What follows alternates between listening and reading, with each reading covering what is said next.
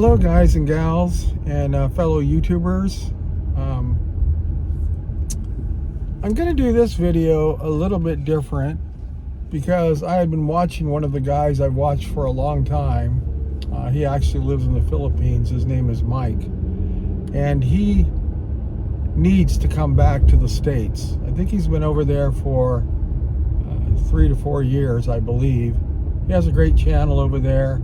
And I really do like him. He seems to be a very honest guy. And so he was asking a question yesterday on his channel, and I had the answer to it. And so I thought, oh, this is crazy. I don't know how to contact him. I'm not good at the internet. And so I thought, well, all right, I'll do a video, and then maybe I'll put it on my channel and direct him to it because it's kind of long.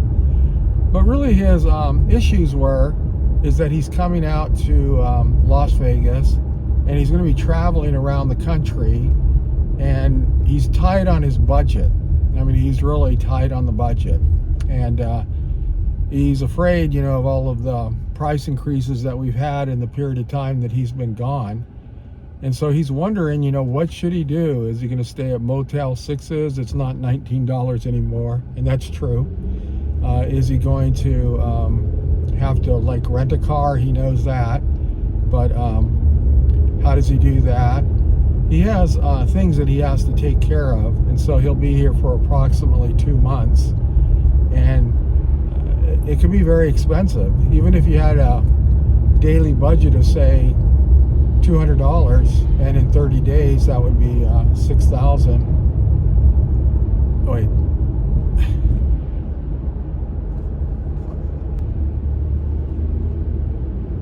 Well, I got thrown off on that because I was adding the math up in my head, and he was talking about what his budget should be. And I was thinking, even if he did $200 a day, for the rental car, for a hotel, which I think that's going to be hard, and then also for meals and stuff, he's not going to be cooking inside of his room. He's going to have to eat outside at restaurants and stuff. $200 a day at 30 days is going to be $6,000. When I said that, I was like, wait a minute, is that right? And then if you got 2 months, that could be $12,000. That's crazy. That's a crazy amount of money, but it is 2 months. It's like going on a vacation for 2 months. So I know, Mike, you might think I'm crazy. You might think that this is just like something you're not going to be able to do or can't do. But believe me, it's being done, and it's being done at a tremendous rate.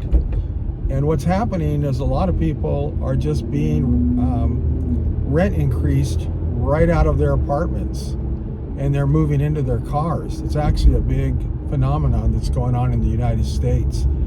And when they move into a car, that's usually their last chance before they're homeless. And so there's a big group out there, and some of it is on another channel, Bob's Cheap RV Living. So hang in there with me. I'm going to have a suggestion here. Don't hang up yet.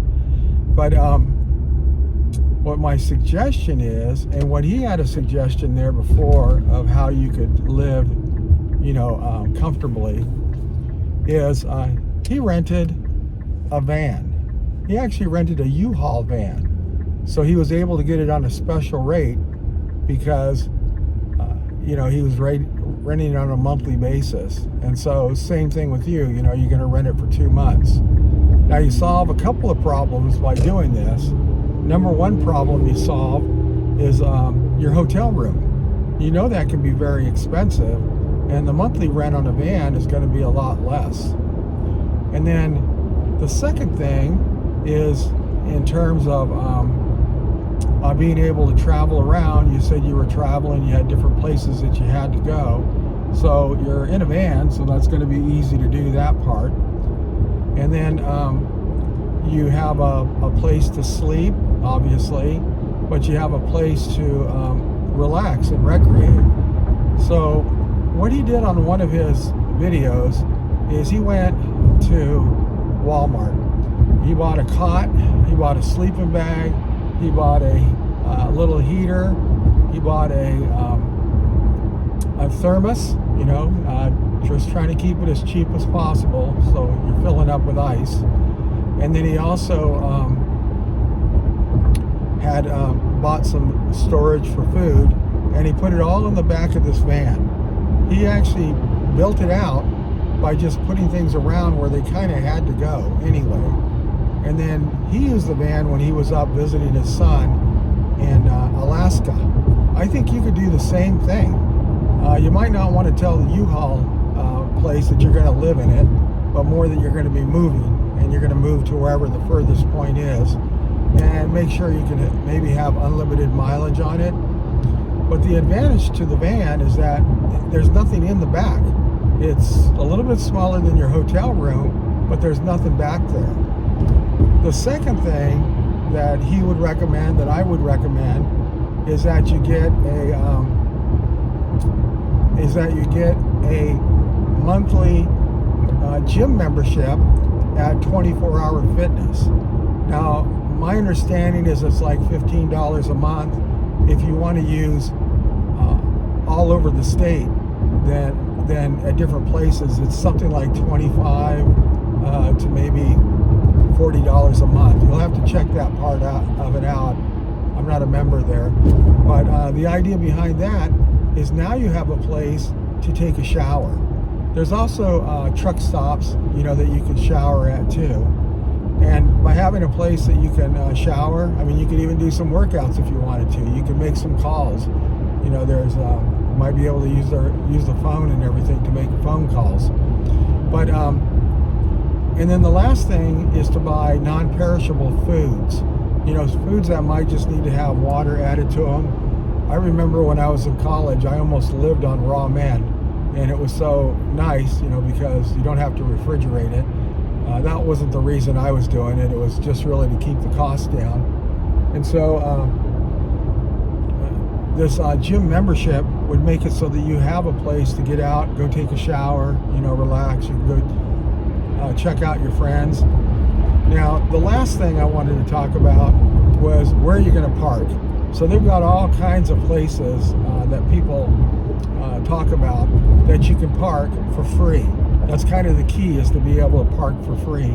Because if you're going to end up, spending $50 on a campsite, then you're right back up to where you were before. But if you were to say, yeah, I'm gonna look for places to stay overnight. One place that is possible, and a lot of people do it, but it depends on the management, is Walmarts.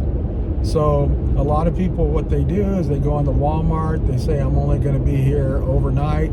I came in here to buy some stuff because I love Walmart, and I'm wondering, is it a problem if I just, if I'm just out in the parking lot and I'm going to be in my van? Now, it's better to be up front like that. You could also just do it without asking, but then you risk the big knock, where they come knocking on the door, and that can be kind of discerning, So another place you have is truck stops. Truck stops are pretty conducive to being open 24 hours a day. They have showers there, they have food there. There's places that you may be able to park at these different truck stops. Now, obviously, one of the things that they say is, don't be taking out your lounge chair and, putting up a fire pit and all this other stuff. No, you're supposed to be in there stealth-like.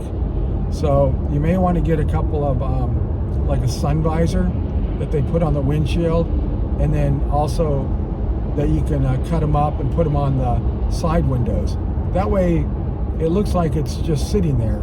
And with a U-Haul, it's almost kind of stealth, because people are not thinking that you're traveling around camping in a U-Haul. So I just wanted to pass that information over to you. I know that it's something that's really outside the comfort level, but before you come over, check out some of the YouTube videos on it, and you'll see it's almost like an epidemic. And just to give you an idea, there's a place in Arizona where a lot of people go. It's south, and they have a lot of camping, so it's warm. A lot of people from the upper states come down, and it's not just nomads, but it's actually people that camp, from motorhomes to tents. But in Quartzsite, approximately 3,000 people in that town. But when the snowbirds come down, it grows to 1.5 million people down there. And they're all self-contained, they're all in their campers. One last thing, but if you're going back east, it may not be as easy, but you can also pay a permit to stay on BLM land. I think it's $180 for 7 months. So that's another option that you may not know about. And that way you can stay places for relatively free. That's what you're looking for. And then the last place that I've heard on the videos where they absolutely want you to stay there, in fact they would love to see you stay there and sleep there, is at a rest stop. So there's rest stops all over the place. I mean, if you're going to be there for 2 or 3 days, I think someone's going to say something. But the truckers that are parked there, they are sleeping in their trucks. And a lot of the people that are in their cars, I see them, you know, just sleeping in their car, and no one's going to bother you. You've got food there, you've got restrooms there, probably no showers, but they're pretty nice as you go from one place to the other. So you may, you may alter your sleeping so that maybe you're sleeping there more, you know, toward the daytime, and then traveling at night, you know, if you're going back to the East Coast, which you were talking about. So anyway, I was just sitting there watching your video, and I was like, ooh, I've got the answer. I've got the answer. But it's a big step for someone that's never heard about that, but it's going on like crazy. I'm actually building my own van life van, and at some point I hope to be able to travel around like that.